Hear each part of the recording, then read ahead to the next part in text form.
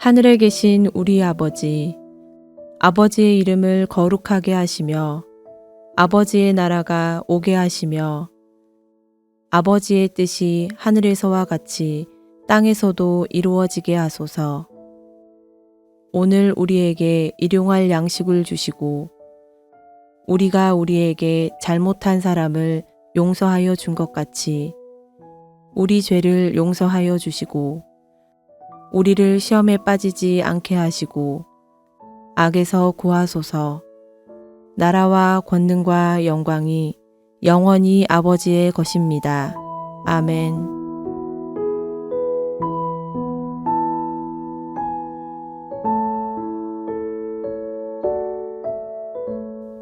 그러므로 형제들아, 우리가 빚진 자로되 육신에게 져서 육신대로 살 것이 아니니라. 너희가 육신대로 살면 반드시 죽을 것이로되 영으로서 몸의 행실을 죽이면 살리니 무릇 하나님의 영으로 인도함을 받는 사람은 곧 하나님의 아들이라. 너희는 다시 무서워하는 종의 영을 받지 아니하고 양자의 영을 받았으므로 우리가 아빠, 아버지라 부르짖느니라. 성령이 친히 우리의 영과 더불어 우리가 하나님의 자녀인 것을 증언하시나니 자녀이면 또한 상속자, 곧 하나님의 상속자요 그리스도와 함께한 상속자니 우리가 그와 함께 영광을 받기 위하여 고난도 함께 받아야 할 것이니라.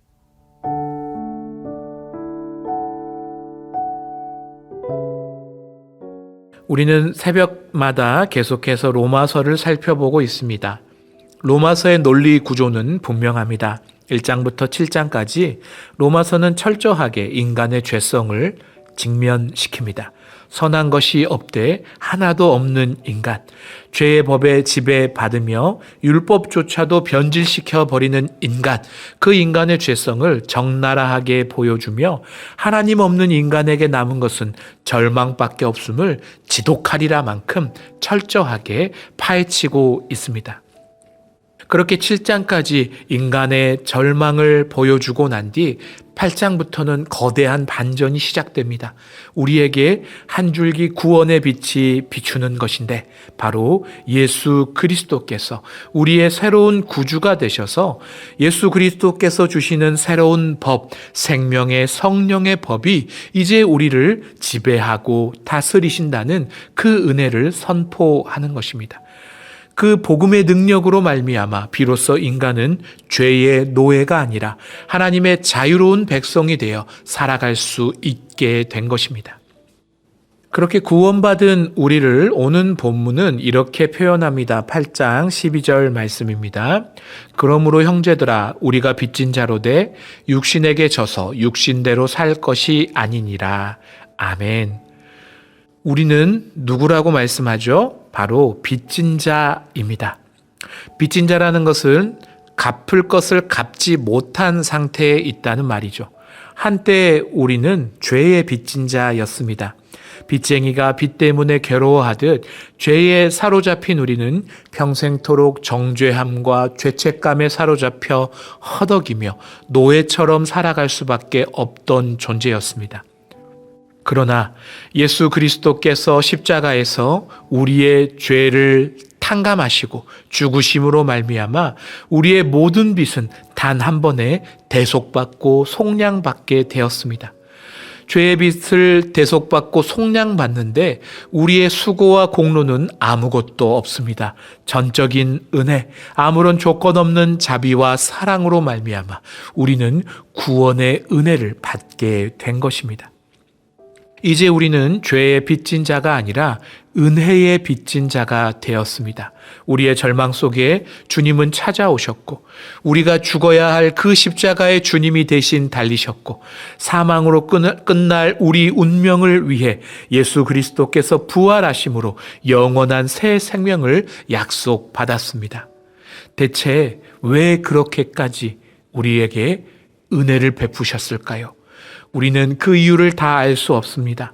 대체 왜 그렇게까지 우리를 사랑하시는지 도저히 우리의 생각으로는 이해할 수 없습니다. 다만 감사함으로 이 구원을 은혜의 선물로 받아들이고 그분을 찬양할 뿐입니다. 그렇기에 우리는 모두 복음에 빚진 자들입니다.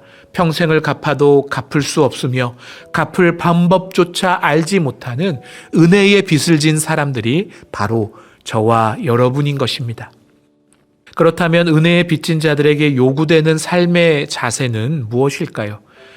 성실히 최선을 다해서 작은 돈이라도 빚을 갚아가는 게 빚진 자의 우선순위 아니겠습니까? 그런데 여러분, 만약 상상해 보십시오. 갚아야 될 빚이 아주 많은 사람이 그거 어떻게 내가 갚아?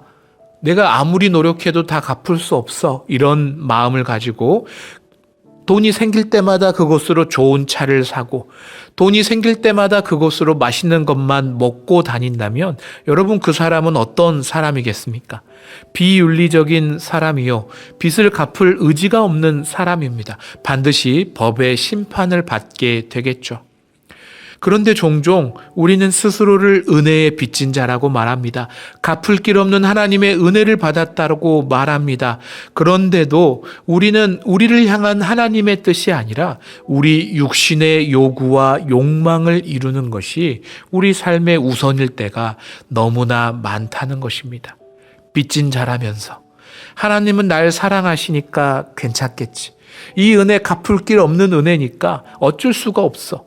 그렇게 우리는 너무 쉽게 우리가 빚진 자라는 것을 망각하며 육신의 요구, 육신의 생각을 쫓아 육신대로 살아갑니다. 로마서는 빚진 자인 것을 잃어버린 자의 삶의 결과를 분명하게 말씀합니다. 8장 13절입니다. 너희가 육신대로 살면 반드시 죽을 것이로되 영으로서 몸의 행실을 죽이면 살리니. 아멘. 빚진 자가 자기 육신대로 살면 반드시 죽습니다.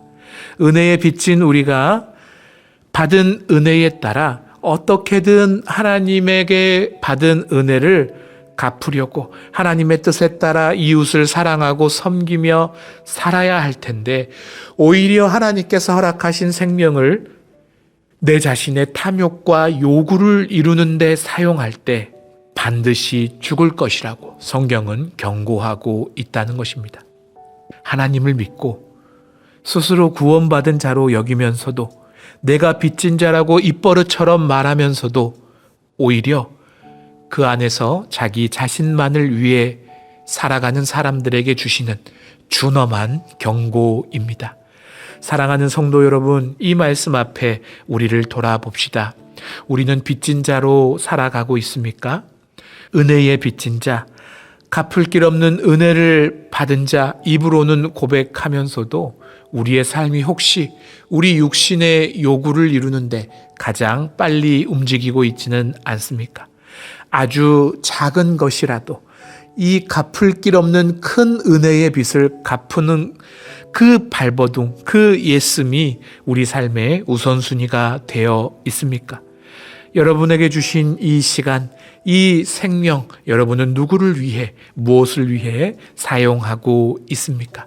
이 말씀 앞에 정직하게 자신을 돌아보는 저와 여러분 되시기를 소망합니다. 그렇지만 오해하시면 안 됩니다. 우리가 은혜에 빚진 자인 것을 마치 사채업자에 빚진 것과 비슷한 것으로 생각하면 안 된다는 것입니다. 고대 사회에서는 빚을 갚지 못하면 노예로 팔려갔으니 빚진 것은 너무나 두려운 일이었습니다. 그러나 우리는 은혜에 빚진 것을 두려워할 필요는 없습니다. 왜냐하면 우리는 빚진 자이지만 동시에 하나님의 자녀들이기 때문입니다. 8장 14절, 15절 말씀입니다. 무릇 하나님의 영으로 인도함을 받는 사람은 곧 하나님의 아들이라.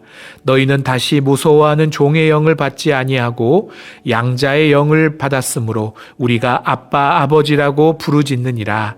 아멘. 고대 사회에서는 빚을 갚지 못하면 노예로 팔려가 종이 될 수밖에 없었습니다.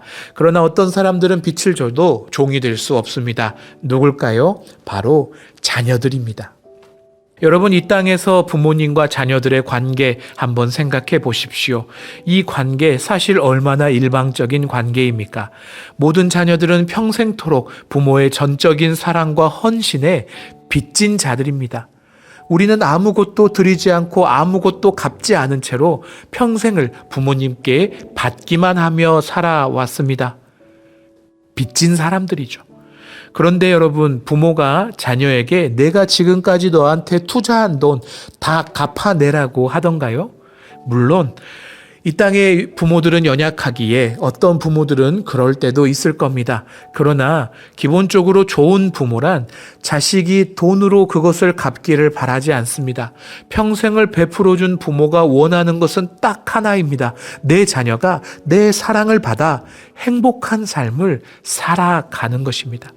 당당하게 장성한 어른이 되어서 세상의 풍파 속에 꺾이지 않고 살아간다면 돈 한 푼 부모에게 돌려주지 않아도 부모는 평생의 수고를 이미 다 보상받았다고 여기는 거죠.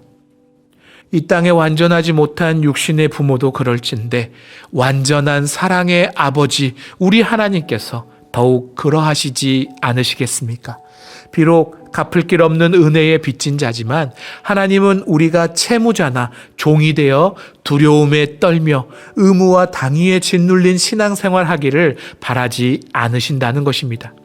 오히려 우리를 사랑하시고 우리를 은혜의 도가니로 이끄신 그 하나님을 더욱 의지하며 힘겹고 두려운 세상살이 속에서도 주님만 의지하며 행복하게 살아가는 것, 그것을 기뻐하신다는 것입니다. 아빠, 아버지라고 부르짖으며 아빠 도와달라고 더욱 하나님만 찾고 의지할 때 하나님은 나는 너에게 모든 그 빚을 다 돌려받았다 말씀하실 것입니다. 사랑하는 성도 여러분, 이것을 기억하십시오. 우리가 빚진 이 엄청난 은혜의 빚을 갚을 길은 딱 하나뿐입니다. 삶의 모든 순간에 하나님이 아빠, 아버지라는 것을 기억하는 것입니다. 믿음의 길을 걸어갈 때, 불안하고 두려움이 우리 가운데 싹틀 때에, 우리가 하나님 아닌 다른 것에 시선이 돌아갈 때, 우리의 진정한 아빠, 아버지는 하나님이시라는 것을 기억하며 다시 그분께로 돌아가며 그분의 이름을 부르짖으며 믿음 안에서 살아가는 그것이 우리가 하나님께 빚을 갚는 방법인 줄 믿습니다. 때로는 우리 안에 종의 영이 꿈틀거릴 때가 있습니다. 믿음의 삶이 너무나 버겁고 벅차 보여서 내 안에 꿈틀거리는 죄악과 탐욕을 도저히 다스릴 수 없을 것 같아서 그럴 때마다 우리 내면에 정죄하는 목소리가 들려올 때도 있습니다. 나 같은 게 무슨 하나님의 자녀야. 난 도저히 하나님의 뜻대로 살 수 없어. 하나님 이런 나를 싫어하실 거야. 내면의 목소리가 내 자신을 정죄할 때 그 종의 영이 나를 사로잡으려 할 때가 분명히 있을 것입니다. 그럴 때 이 말씀을 기억하십시오. 아빠, 아버지, 나를 도와주세요. 간절히 부르짖는 그 사람이 하나님의 자녀입니다. 우리는 양자의 영을 받았기 때문에 하나님을 언제든 아빠, 아버지라고 부르짖으며 그분의 사랑을 의심하지 않고 의지할 수 있는 사람들인 것입니다.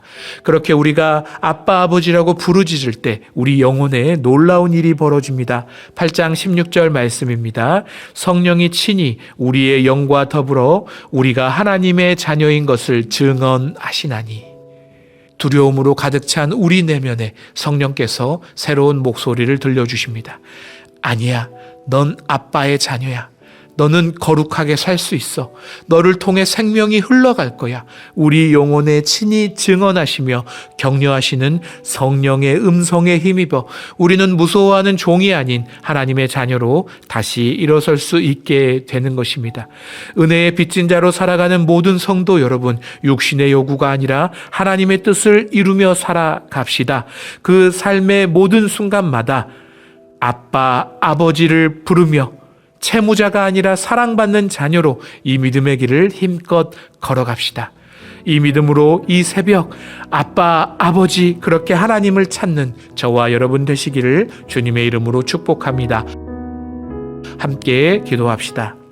사랑하는 주님, 우리가 빚진 자임을 기억하며 살기를 원합니다.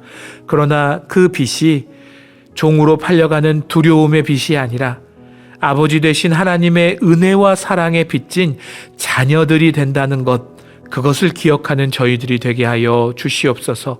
두려움과 의무와 당위가 아니라 기쁨과 감사함과 즐거움으로 우리에게 주어진 믿음의 사명 잘 감당할 수 있도록 주여 우리를 도와주시옵소서. 내 힘으로 도저히 감당할 수 없는 삶의 그 순간에 아빠, 아버지의 이름을 부르짖게 하시고 완전하신 하늘 아버지에 의지하여 넉넉히 이겨내는 저희들이 되게 하옵소서. 오늘 하루도 주님께 의탁드리며 감사드리며 예수님의 이름으로 기도드립니다. 아멘. 계속해서 주신 말씀을 붙들고 더 깊은 기도와 묵상을 이어가시기 바랍니다.